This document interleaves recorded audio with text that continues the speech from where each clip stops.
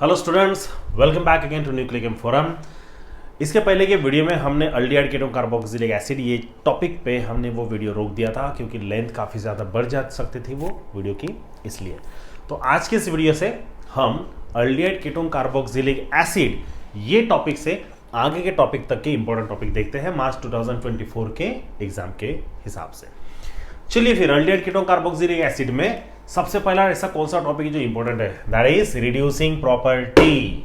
Aldehydes की reducing property में वैसे तो तीन है, टोलेंस रिएजेंट है, शिफ्स रिएजेंट है और फिलिंग सॉल्यूशन है। तो टोलेंस रिएजेंट थोड़ा सा इंपॉर्टेंट हो जाता है क्योंकि ये लिखने के लायकी का बनता है।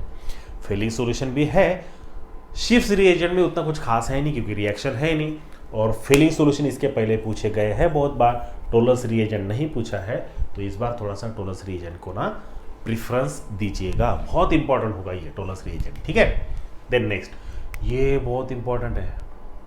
वैसे तो कंडेंसेशन पूरे रिएक्शन पूछेंगे आपको, तो कंडेंसेशन में अल्डोल कंडेंसेशन आता है, क्रॉस अल्डोल आता है। अगर ये दोनों नहीं आए तो फिर कैनिजरोज आता है, क्रॉस कैनिजरोज आता है। आपको पता है ना, कैनिजरोज और क्रॉस कैनिजरोज किसके लिए होता है? फॉर्मेल्डिहाइड के लिए या फिर बेंजाल्डिहाइड के लिए, जिसमें अल्फा हाइड्रोजन नहीं होता। तो कंडेंसेशन रिएक्शन में अल्डोल कंडेंसेशन थोड़ा सा ना इंपॉर्टेंट हो जाता है, ठीक है, क्योंकि आप इसमें अलग अलग कंपाउंड लेकर वो कंडेंसेशन का एक्सप्लेनेशन दे सकते हैं और ये एग्जाम वालों को पता होता है। तो कंडेंसेशन रिएक्शन में मुझे तो नहीं लगता कि क्रॉस अल्डोल कंडेंसेशन पूछा जाएगा, क्योंकि स्टूडेंट के बिहाफ में अगर देखा जाए तो वो थोड़े से टफ हो जाता है। तो कैनिजरोज रिएक्शन पूछा जा सकता है, क्रॉस कैनिजरोज थोड़ा सा इंपॉर्टेंट उतना तो नहीं है। तो याद करिए आप, अल्डोल कंडेंसेशन और कैनिजरोज रिएक्शन वैसे तो पूरा पढ़िएगा ये रिड्यूसिंग प्रॉपर्टी, बट मेरे हिसाब से रिड्यूसिंग प्रॉपर्टी नहीं, सॉरी कंडेंसेशन। तो अल्डोल कंडेंसेशन ना थोड़ा सा इंपॉर्टेंट रहेगा ये चैप्टर के हिसाब से, ठीक है। तो ये हो गया। उसके बाद methods of preparation of aldehyde and ketone either bye Grignard reagent और नाइट्राइल। स्टीफन रिएक्शन को थोड़ा सा अच्छे से प्रेफरेंस दीजिए क्योंकि अभी तक के बहुत बार पूछा गया। तो स्टीफन रिडक्शन से, स्टीफन रिडक्शन भी बोलते हैं उसे, तो स्टीफन रिएक्शन से अल्डिहाइड कैसे बनाएंगे वो आपको पूछा जाएगा, ठीक है। तो ये रिएक्शन ना रट लीजिएगा, याद कर लीजिएगा, ठीक है। चलो बढ़िया। देन हाँ, ये hydration of alkynes, hydration of alkyne भी बहुत इंपॉर्टेंट हो जाएगा आपके लिए, ठीक है।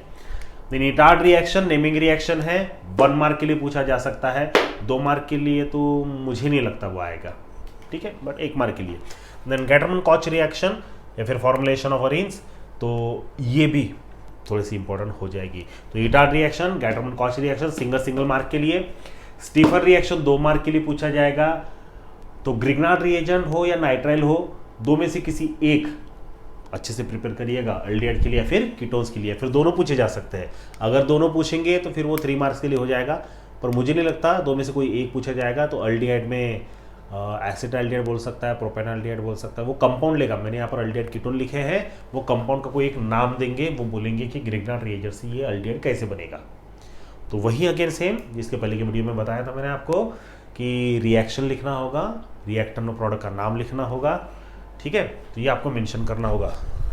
काफ़ी ज़्यादा ठंडा हो चुका है, 1 मिनट, ओके। चलिए उसके बाद methods of preparation of carboxylic acid by saponification of alkyl benzene. तो सैपोनिफिकेशन रिएक्शन याद है ना, सैपोनिफिकेशन, एसिडिफिकेशन, है ना, सपन। तो ये जरा याद करिएगा। तो method of preparation of carboxylic acid by saponification और बाय अल्किल बेंजीन से, है ना। यानी एरोमेटिक में अगर पूछा जाए तो ये अल्किल बेंजीन के लिए बोलेगा, या फिर सिंपल में पूछा जाए तो फिर वो सैपोनिफिकेशन रिएक्शन होगा, ठीक है। चलो उसके बाद अब ये एक सवाल हो सकता है कि आप कार्बोक्सिलिक एसिड को ना एक तो अमाइड में कन्वर्ट करके दीजिए, या फिर अनहाइड्राइड में, या फिर असिल क्लोराइड में, या फिर अल्कोहल में। इसके पहले के एग्जाम में अमाइड और अनहाइड्राइड ना पूछा गया है, इसके पहले अमाइड और अनहाइड्राइड पूछा गया है।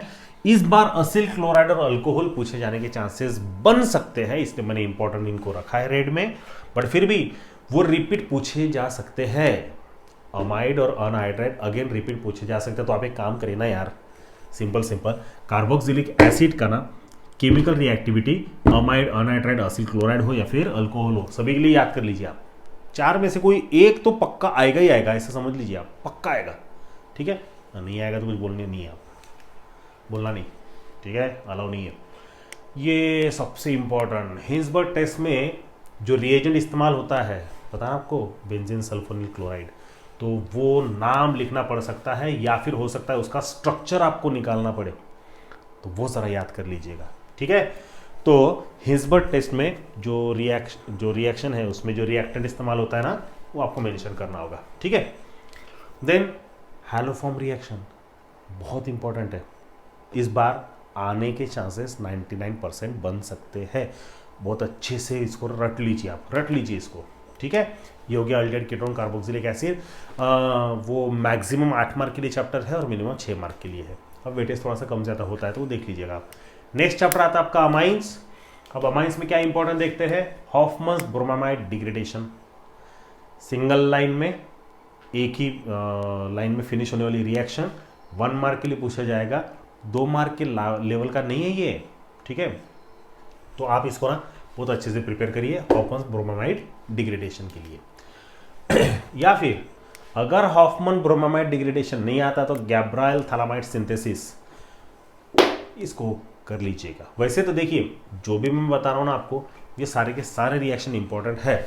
जो रेड में लिखे हैं वो बहुत ज़्यादा इंपॉर्टेंट है, वो तो आपको आने ही चाहिए, इसके साथ साथ ये भी आने चाहिए, और जो मैंने यहाँ पर नहीं लिखे हैं तो वो भी आने चाहिए। बस कहने का मतलब ये है कि जो मैं बता रहा हूँ वो तो आने चाहिए आपको, अच्छे से प्रिपेयर करिए उसको, ठीक है। ये रहेगा। तो गैब्रायल थैलामाइड सिंथेसिस हो गया। देन नेक्स्ट अल्किलेशन ऑफ अमाइन, ये कंटिन्यूस अल्किलेशन है ना, ये 2 मार्क के लिए बनता है। अगर वो चाहे तो इसको 3 मार्क्स के लिए भी बना दे, बट अमाइन का उतना वेटेज नहीं है, तो इसलिए वो अल्किलेशन ऑफ अमाइन ना 2 मार्क्स के लिए इंपॉर्टेंट करके रख लीजिए आप उसे। देन हिंसबर्ग टेस्ट, ठीक है, जो इंपॉर्टेंट है अमाइंस के लिए, तो वो टेस्ट बहुत अच्छे से प्रिपेयर करिए, मैटर के साथ में लिखिए, सब कुछ अच्छे से मेंशन करिएगा, ठीक है, हिंसबर्ग टेस्ट। देन अजो कपलिंग रिएक्शन, ये भी बहुत इंपॉर्टेंट है। ज्विटर आयन, ये सबसे पहले ना यहाँ पर था, बायोमोलिक्यूल में था। अब बायोमोलिक्यूल से वो ज्विटर आयन तो वहाँ से रिमूव हो गया, तो यहाँ पर सिर्फ बचता है, तो अमाइंस में इसको ना यहाँ पर ऐड कर दिया। तो ज्विटर आयन ना आपको पूछे जाएगा 1 मार्क के लिए, या फिर डायरेक्ट बोलेंगे कि डेफिनेशन बताइए। तो ज्विटर आयन वो होते हैं जिसमें एसिडिक ग्रुप बेसिक ग्रुप दोनों एक साथ प्रेजेंट होते हैं कटायनिक अनायनिक फॉर्म में, तो वो आपको मेंशन करना होगा और ऐसा लिखना होगा। तो ज्विटर आयन 1 मार्क के लिए, अजो कपलिंग 1 मार्क के लिए, हिंसबर्ग टेस्ट 1 मार्क के लिए, अल्किलेशन ऑफ अमाइन 2 मार्क्स के लिए, गैब्रायल थैलामाइड सिंथेसिस ये 2 मार्क के लिए भी हो सकता है, 1 मार्क के लिए भी हो सकता है। हॉफमन ब्रोमामाइड डिग्रेडेशन मेरे हिसाब से तो ये 1 मार्क के लिए ही आना चाहिए। अगर 2 मार्क के लिए आता है तो मैटर उतना ही लिखना है, रिएक्शन भी उतनी लिखनी है, ठीक है। Then last explain basic nature of amine, बहुत इंपॉर्टेंट है, ये बहुत इंपॉर्टेंट है। यहाँ पर लेविस बेस, लेविस का नाम आना चाहिए, ठीक है, आना ही चाहिए आपको। तो वहाँ पर केबी का वैल्यू थोड़े से याद रखने होंगे आपको प्राइमरी सेकेंडरी टर्शियरी अमाइन के लिए, ठीक है। ये हो गया अमाइंस के लिए। देन नेक्स्ट चैप्टर आता है हमारा बायोमोलिक्यूल, सबसे नाजुक, सबसे ज़बरदस्त, सबसे बेहतरीन चैप्टर पार्ट 2 का, जो थोड़ा सा बायोलॉजी का पोर्शन कवर करता है। Structure of glucose, fructose, lactose, maltose और सुक्रोज। 1 2 3 4 5 में से कोई भी एक का स्ट्रक्चर आपको पूछा जाएगा 2 मार्क्स के लिए।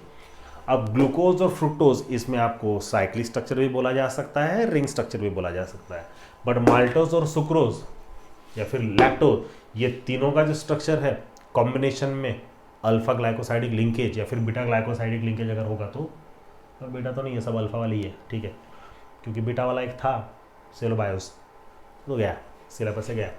तो लैक्टोज, माल्टोज और सुक्रोज, ये तीनों का स्ट्रक्चर बहुत अच्छे से याद रखिएगा, ठीक है, रट लीजिए, याद कर लीजिए, उसको 10 बार लिख कर देखिए, समझ में आ जाएगा आपको, वैसे भी बहुत ही आसान है वो, ठीक है। तो ये 5 में से कोई भी एक का स्ट्रक्चर 2 मार्क के लिए याद रखिएगा। ग्लूकोज और फ्रुक्टोज का अगर आता है तो इसमें 2 अलग अलग स्ट्रक्चर आते हैं, वैसे तो 3 आते हैं। सबसे पहला आता है इनका ओपन चेन स्ट्रक्चर, फिर दूसरा आता है साइक्लिक स्ट्रक्चर, देन आता है रिंग स्ट्रक्चर, ठीक है। जैसे ग्लूकोपाइरेनोज होता है, फ्रुक्टोफ्यूरानोज होता है, तो पायरेन के फॉर्म में, फ्यूरान के फॉर्म में, ये हो गया ring structure. The cyclic structure में वो जो ऐसा ऑक्सीजन ऐसा लिखते हैं ना, वो ये हो सकता है, ठीक है।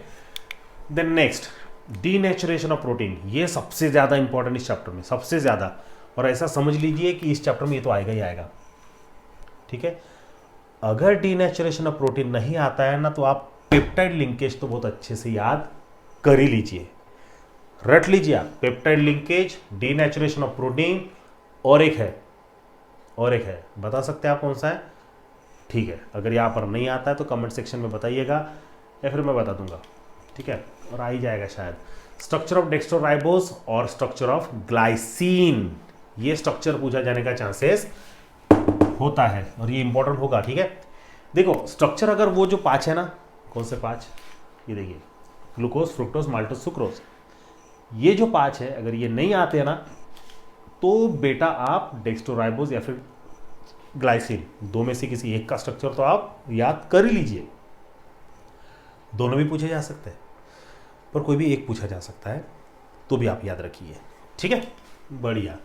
Preparation of reaction of glucose है ना, तो आप कैसे तैयार करते हैं ग्लूकोज से, वो इंडस्ट्रियल मेथड हो या फिर लैबोरेटरी मेथड हो, तो आप उसको याद कर लीजिएगा, सब कुछ मैटर के साथ में लिखना होगा।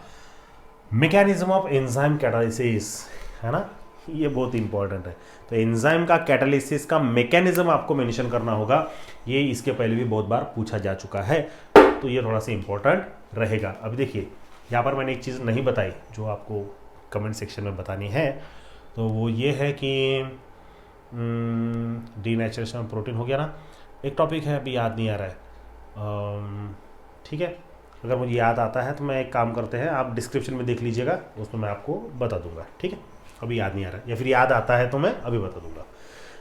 तो ये हो गया बायोमोलिक्यूल के लिए। मुझे याद नहीं आ रहा है, तो टाइम भी वेस्ट नहीं करना चाहिए। क्या कहते हैं उसे, वही नहीं क्या कि प्रोटीन एक बार स्ट्रक्चर अगर चेंज हो गया तो वापस रिवर्स नहीं आता है, उसे अभी टाइम भी याद नहीं आता है।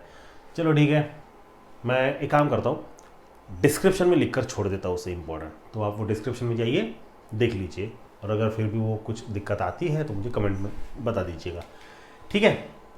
चलिए अब पॉलीमर के बारे में देखते हैं। अब पॉलीमर में सबसे पहला part, classification of polymer on the basis of origin और on the basis of structure. तो आपको क्या होंगे, एक तो स्ट्रक्चर दिए जाएंगे या फिर कंपाउंड दिए जाएंगे और आपको बोलेंगे कि ये बताइए कि कौन से कैटेगरी में आता है ना, कौन से पॉलीमर के क्लासिफिकेशन में आता है, या फिर डायरेक्ट बोलेंगे कि आप क्लासीफाई करके दीजिए कि on the basis of origin और on the basis of structure. तो आपको लिखना होगा on the basis of origin और on the basis of structure with proper example. Example आपको मेंशन करना ही होगा। On the basis of origin means source, on the basis of structure तो वो आपको मेंशन करना होगा, ठीक है। ये तो आसान है, स्ट्रक्चर के हिसाब से थोड़े से कठिन हो जाएंगे आपके, ठीक है। Then define elastomer, homopolymer, copolymer, LDP, HDP, है ना। Low density polythene, high density polythene. Low density polythene, high density polythene में एक कैटलिस्ट इस्तेमाल होता है, उसका नाम भी अभी मुझे याद नहीं आ रहा है, शायद नहीं, ठीक है, अभी नाम याद नहीं आ रहा है, गलत बताना बेहतर होगा, नहीं होगा वो, सॉरी, गलत बताना बेहतर नहीं होगा, छोड़िए।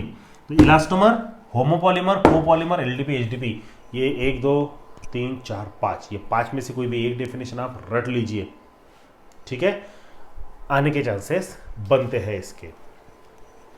देन टेफ्लॉन या फिर पैन, पैन का मतलब पॉलीअक्राइलोनाइट्राइल या फिर उसी का ऑर्लोन बोलते हैं। तो टेफ्लॉन और पैन, ये दो में से किसी एक का मेथड ऑफ प्रिपरेशन आपको लिखना होगा अगर पूछा जाएगा तो, और पूछे जाने के चांसेस बढ़ जाते हैं। रेड में लिखा है इसका मतलब वो आने के चांसेस ना 99% है। तो ये अगर आता है तो आपको इसमें मैटर भी लिखना होगा, रिएक्शन भी लिखना होगा, प्रॉपर जो कैटलिस्ट होगा तो वो कैटलिस्ट भी लिखना होगा।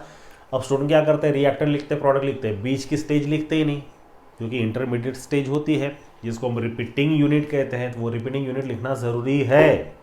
तो सबसे पहले आपने मोनोमर लिए, मोनोमर को हीट किए, तब जाके वो रिपीटिंग मॉलिक्यूल में कन्वर्ट हुआ, रिपीटिंग मॉलिक्यूल बहुत सारे जुड़ गए, तब जाके पॉलीमर मिला। तो टेफ्लॉन हो या फिर पैन हो, है ना, टेफ्लॉन CCl2F2, फॉर्मूला भी याद रखिएगा। हाँ, अब देखिए इसमें टेफ्लॉन और पैन अगर मेथड ऑफ प्रिपरेशन नहीं पूछेंगे ना तो इसका डायरेक्ट आपको स्ट्रक्चर पूछा जा सकता है। तो what is the molecular formula for Teflon, what is the molecular formula for pan या फिर ऑर्लॉन, तो आपको लिखना होगा इट्स अ पॉलीअक्राइलोनाइट्राइल, तो अक्राइलोनाइट्राइल इस्तेमाल करना है, और टेफ्लॉन में CCl2F2, ठीक है, बढ़िया। देन नेक्स्ट, नायलॉन 6 का मेथड ऑफ प्रिपरेशन हो या फिर यूजेस हो या फिर फिजिकल प्रॉपर्टीज हो, केमिकल प्रॉपर्टी तो है नहीं, यानी है, सिलेबस में नहीं है। तो नायलॉन 6 बहुत अच्छे से प्रिपेयर करिए। अगर नायलॉन 6 नहीं आता है तो फिर नायलॉन 6 के चांसेस बनते हैं, ठीक है। इट्स नॉट अ 66, 6 कार्बन वाले दो अलग अलग मोनोमर। तो नायलॉन 6 और नायलॉन 6 इसको बहुत अच्छे से याद रखिए आप, ये आएगा। मेलामाइन पॉलीमर भी इंपॉर्टेंट है। विस्कोस रेयॉन अभी तक पूछा नहीं गया, ठीक है, सुन रहे हैं आप, विस्कोस रेयॉन अभी तक पूछा नहीं गया है। ये चैप्टर में नया ऐड हुआ है, तो अभी तक नहीं पूछा और नया ऐड हुआ है तो आप इसके लिए तैयार हो जाइए, आने के चांसेस थोड़े से बढ़ जाते हैं, ठीक है। अभी तक तो नहीं पूछा गया। देन PHBB पॉलीहाइड्रोक्सी ब्यूटरेट को बीटा हाइड्रोक्सी वैलेरेट, ये इसका लॉन्ग फॉर्म है, तो आपको लॉन्ग फॉर्म भी पूछा जा सकता है, या फिर इसमें इस्तेमाल होने वाले दोनों मोनोमर का स्ट्रक्चर नाम के साथ में भी पूछा जा सकता है, फिर रिएक्शन भी। इससे रिलेटेड सारी चीज़ें याद कर लीजिए, जितना भी मैं बता रहा हूँ सारे सभी जितने भी लोग हैं सभी के बारे में सभी चीज़ें याद कर लीजिए। कुछ भी पूछ सकते हैं, चाहे वो मोनोमर के नाम हो, रिएक्शन हो, जो प्रोडक्ट मिल रहा है उसका नाम हो, या फिर जो कैटलिस्ट इस्तेमाल होता है उसका नाम हो, इससे रिलेटेड जो भी है ना वो याद कर लीजिए। अब जैसे नायलॉन 6 में ई कैप्रोलैक्टम होता है, तो ई कैप्रोलैक्टम का स्ट्रक्चर भी पूछा जा सकता है, या फिर डायरेक्ट नाम भी पूछा जा सकता है 1 मार्क के लिए। नहीं तो नायलॉन 6 का मेथड ऑफ प्रिपरेशन वैसे भी 2 मार्क्स के लिए बनता है, 6 हो या फिर 6 हो या फिर मेलामाइन हो या फिर विस्कोस रेयॉन हो, ठीक है। PHB भी मुझे 2 मार्क के लिए तो नहीं आएगा, वो 1 मार्क के लिए आएगा। Then classify the given polymer, यानी क्या होगा, अभी कुछ पॉलीमर के एग्जांपल दिए जाएंगे और आपको उसको क्लासीफाई करना होगा कि ये कौन से कैटेगरी में आता है। जैसे मैंने स्टार्टिंग में बताया था आपको ओरिजिन एंड स्ट्रक्चर, तो ऐसे और भी टाइप्स है उसके, तो वो होगा, ठीक है। तो ये हुआ polymer. Then chapter 16 and the last chapter of our chemistry for March 2024 students. चलो देखते हैं अभी इसमें क्या इंपॉर्टेंट है। बड़ा मासूम सा नादान सा चैप्टर है, मैं तो अक्सर इसको पढ़ाता भी नहीं, इतना आसान नहीं है।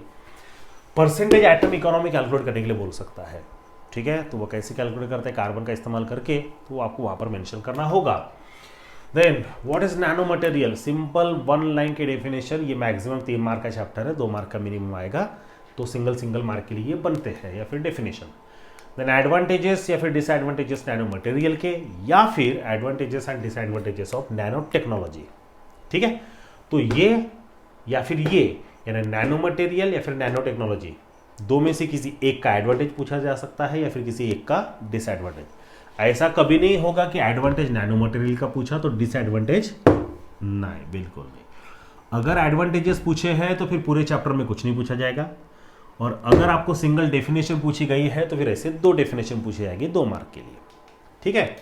देन ये याद रखिएगा जरा, green chemistry, sustainable development, nano science, nano technology, nano material या फिर नैनो केमिस्ट्री, है ना। तो 1 2 3 4 5 6 में से कोई भी 2 डेफिनेशन अच्छे से याद करिए, रैंडमली कुछ भी पूछा जा सकता है। मेरी तरफ से अगर आप मुझसे पूछे तो नैनो टेक्नोलॉजी, नैनो मटेरियल, ये 2 को बहुत अच्छे से याद करिएगा। ये ग्रीन केमिस्ट्री, डेवलपमेंट वो सस्टेनेबल डेवलपमेंट वो नहीं, मुझे नहीं लगता उतना कुछ खास इंपॉर्टेंट है।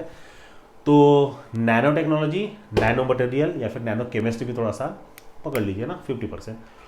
तो ये सभी डेफिनेशन आप रट लीजिए, बाकी पूरा चैप्टर नहीं भी पढ़ाना तो भी चल जाएगा, उतना कुछ खास वेटेज नहीं है इसके ऊपर में। देन ये बहुत इंपॉर्टेंट है और हर बार पूछा गया है ना। तो BHC का गैमा आइसोमर का नाम क्या है, शायद लिंडेन है, तो वो नाम आपको लिखना होगा 1 मार्क के लिए। तो अब क्या होगा, 1 मार्क के लिए डेफिनेशन आएगा और 1 मार्क के लिए बोलेगा कि BHC का गैमा आइसोमर का नाम बताइए। सिंपल लिखना है, लिंडेन, बढ़िया है। फिर लिंडेन है नहीं है वो आप एक बार देख लीजिएगा, बट लिंडेन है, ठीक है। Then which nano material is used for tyres और car to increase the life of tyres. ये जो क्वेश्चन है ना, ये क्वेश्चन का आंसर आपके टेक्स्ट बुक में दिया है, उसको लिख लीजिए, रट लीजिए, समझ लीजिए, लिख लीजिए, एग्जाम में मार्क्स मिल जाएंगे आपको, ठीक है। तो ये क्वेश्चन भी बहुत ज़्यादा इंपॉर्टेंट है। So this is the end of our topic, ठीक है। तो मार्च 2024 है, रुको रुको रुको रुको रुको रुको रुको रुको, बस आपका काम हो गया तो वीडियो को एंड कर रहे हैं, है ना, वैसा नहीं, सुनो। तो मार्च 2024 में जितने भी इंपॉर्टेंट टॉपिक मुझे लगते थे कि ये बहुत इंपॉर्टेंट है, ये आने के चांसेस है, तो मैंने उनको यहाँ पर रखा। अच्छे से पढ़िए, नोट डाउन करिए, शॉर्ट पॉइंट लिखिए उसके, और अपनी लैंग्वेज में एग्जाम में उसको लिखिए, ठीक है। और अगर आपको इससे रिलेटेड और भी कुछ टॉपिक की जानकारी चाहिए तो कमेंट सेक्शन में लिखिए, या फिर कोई टॉपिक यहाँ का नहीं समझ में आया, अगर आपके इंस्टीट्यूट में नहीं पढ़ाया गया बाय मिस्टेक या फिर कोई और कारण से नहीं पढ़ाया गया, तो मुझे कमेंट करके बताइए, मैं ज़रूर इसके ऊपर रिप्लाई दूंगा और कोशिश करूंगा कि वो ही टॉपिक सिर्फ आपको ही पढ़ाया जाए, ठीक है। तो वो भी मैं एक चीज़ आपके लिए वो कर सकता हूँ, ठीक है। तो ये है हमारे total important questions for March 2024। Best of luck, good luck, बहुत अच्छे से प्रिपेयर करिए। और अगर लास्ट पॉइंट, और अगर आपका स्कोर बहुत अच्छा आ जाता है इंपॉर्टेंट क्वेश्चंस की वजह से, इंपॉर्टेंट टॉपिक की वजह से, तो मुझे वो भी बताइएगा, मुझे बहुत खुशी होगी, क्योंकि आपके सक्सेस में हमारी सक्सेस है, ठीक है। तो मिलते हैं स्टूडेंट नेक्स्ट वीडियो में, जो हमारे थर्मोडायनामिक्स के रहेंगे, जो शायद आपके काम के नहीं है अभी, जो अभी 11th में है उनके काम के रहेंगे। तो अलविदा, बहुत बहुत शुक्रिया आपका मेरे चैनल में बने रहने के लिए, ठीक है। तो देखेंगे, ऐसा हम कन्वर्सेशन चलते रहेगा हमारा, टच में रहिएगा, ठीक है। छोड़ के मत जाइए, आप साथ में रहिएगा, आप ही की वजह से हम ग्रो करते हैं। तो मिलते हैं नेक्स्ट वीडियो में, हम थर्मोडायनामिक्स के टॉपिक को न्यूमेरिकल के फॉर्म में देखेंगे कि क्या क्या न्यूमेरिकल अभी है आगे में, ठीक है।